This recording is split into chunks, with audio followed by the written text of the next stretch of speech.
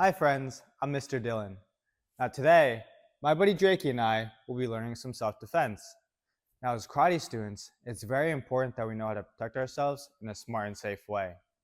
I want to go over the high block today. Can you guys help me practice together? What do you think, Drakey? Ready to go. Awesome, let's get started.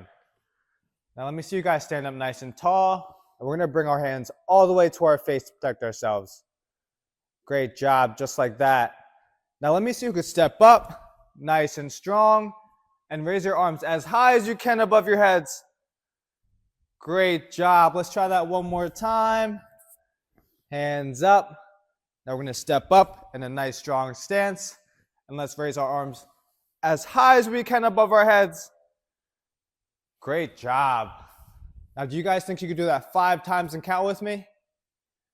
Let's get started, Drakey. Okay. Hands up. Let me see. Step forwards and 1. Good job. Hands up. 2. Ooh, let me see who could go stronger this time. 3. 4.